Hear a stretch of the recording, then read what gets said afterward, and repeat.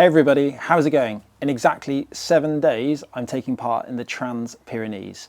It's a 1,000 kilometre self-supported event across the Pyrenees from the Mediterranean up to the Atlantic. 33 mountain passes and 25,000 metres of climbing. It's so far removed from how I made a career in cycling that I can't help but feel like I'm going into the unknown. Luckily though, I do have a little bit of help. It's actually Sam Snade, who's on your screen right now. It's his idea, all of this. He decided to convince me to do it over the winter.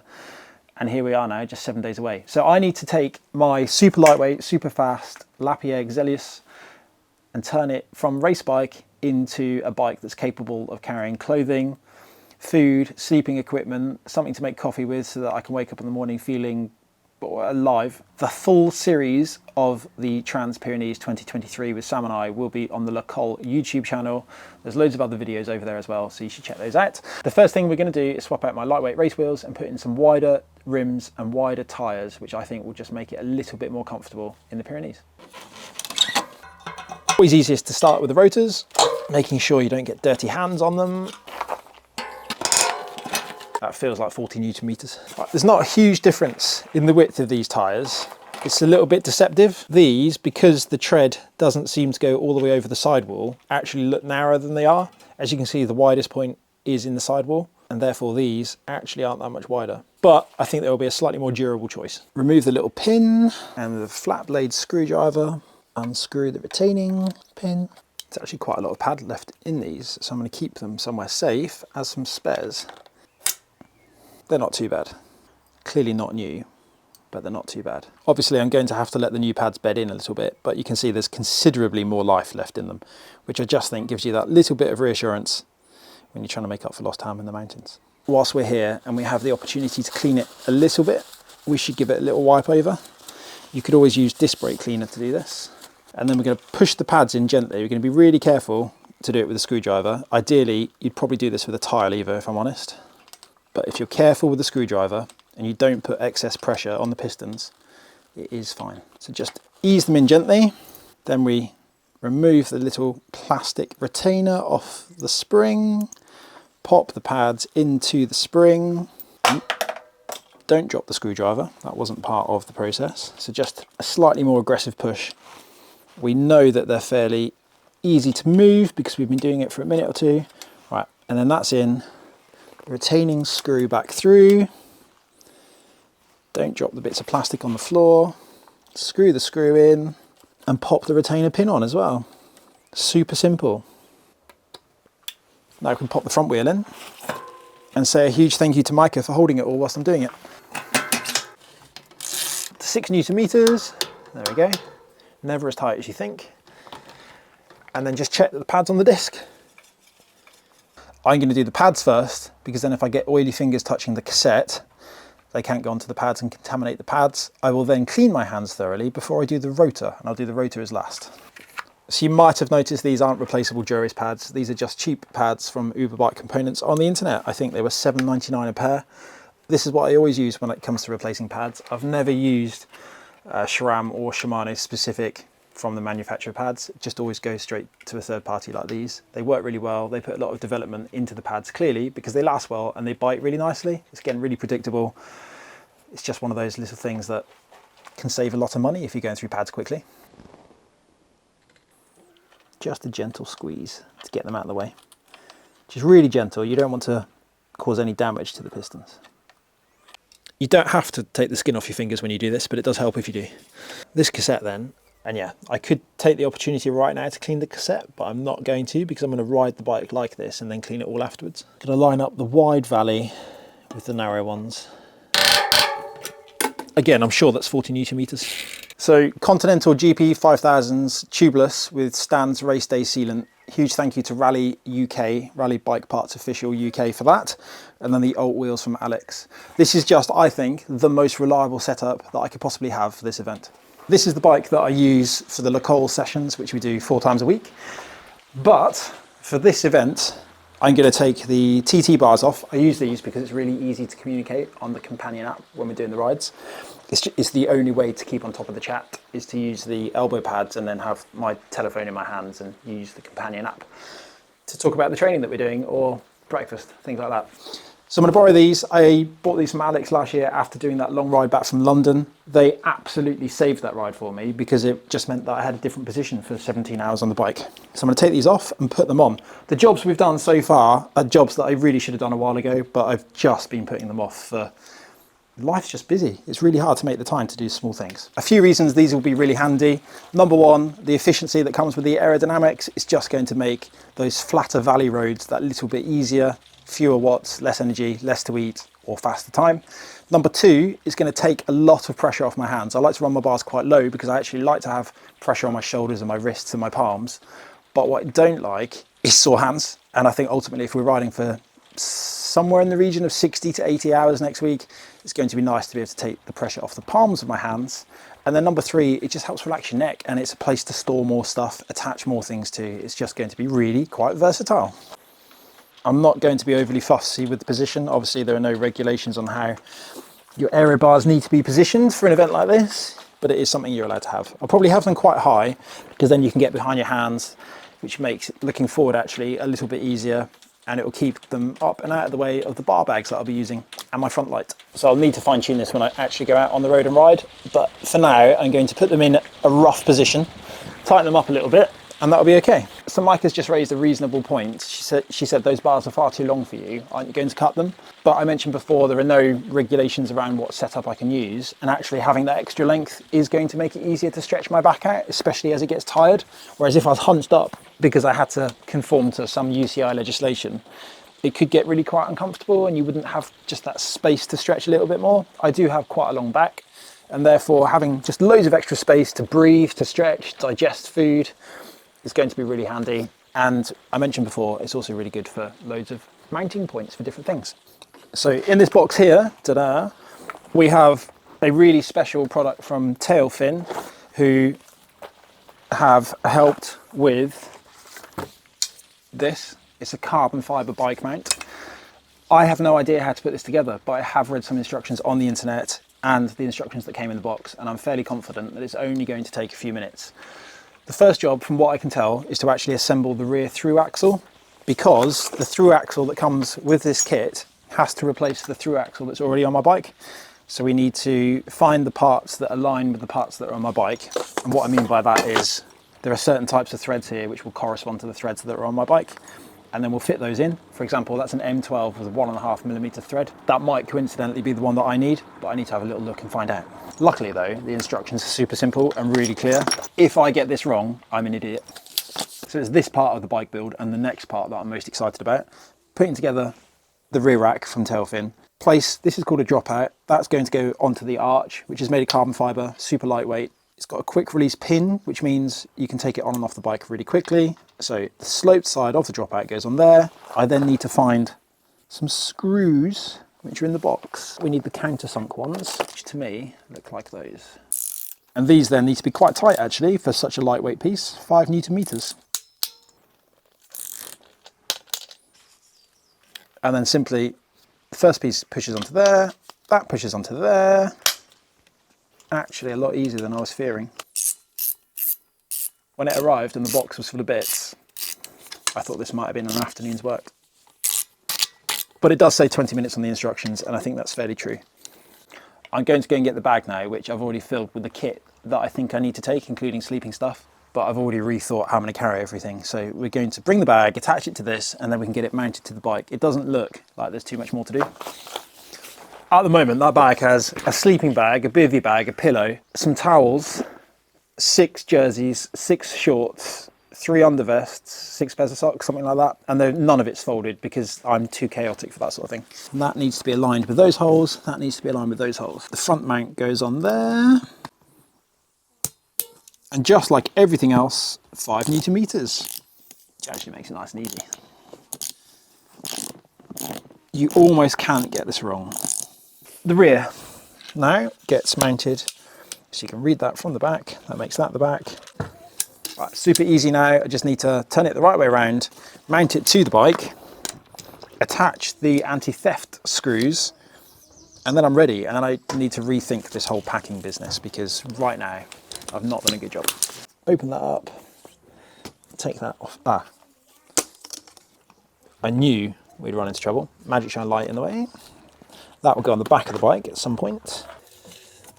And then that up and over to there, and then secure in there. Ta-da! That's not going anywhere.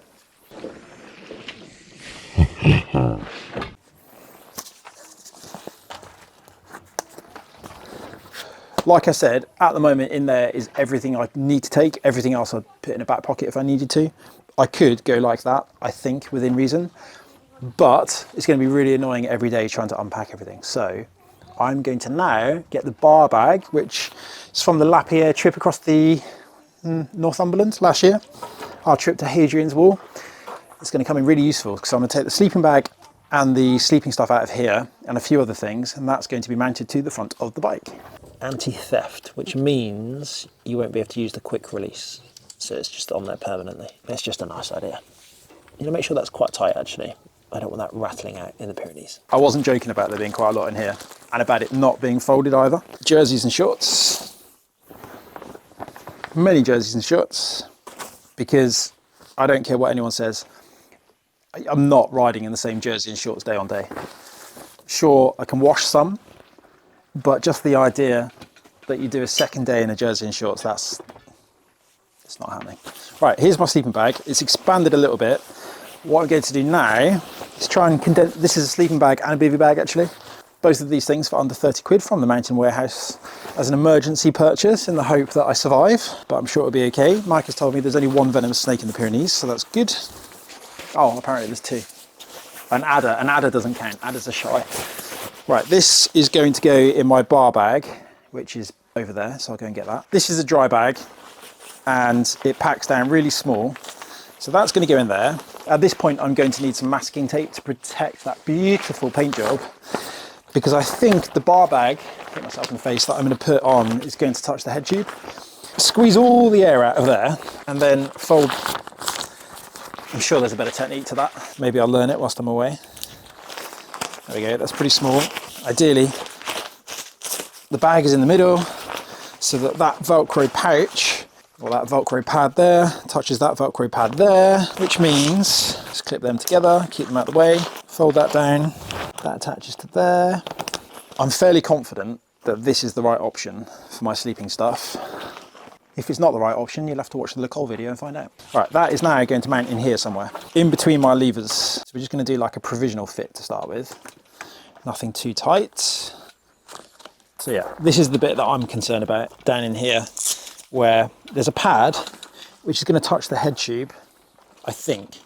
I mean, I might be able to come up with a better placing for it somehow, which stops it from touching the head tube. I don't yet know, haven't really thought about it. And if I really work hard to compress it, it's actually reasonably compact as well.